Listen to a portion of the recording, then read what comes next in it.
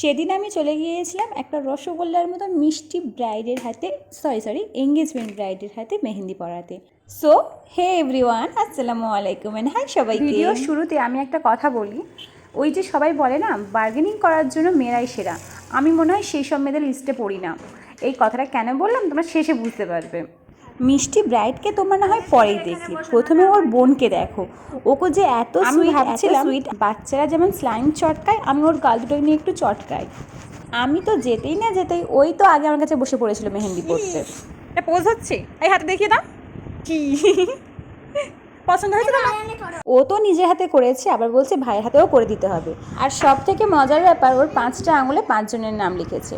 চলো এবার আমার মিষ্টি ব্রাইডের সাথে তোমাদের আলাপ করিয়ে দিই। ওয়েট, এর আগে কি মজা হচ্ছিল সেটা দেখো। না করেছি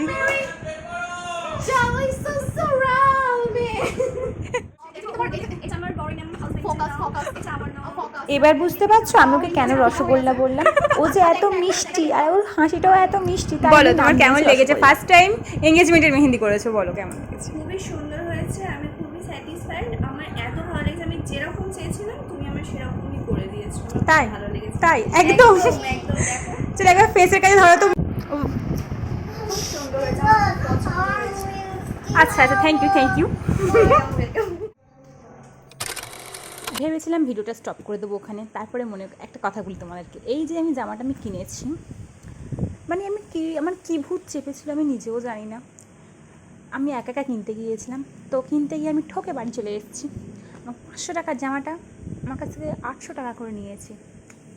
ইতনা দুঃখ, কি আর করা যাবে। এবার আশা করি বুঝতে পেরেছো যে সব মেয়েরা বার্গেনিং করতে পারে না, বার্গেনিং করাও একটা আর্ট যেটা সবার দ্বারা হয় না।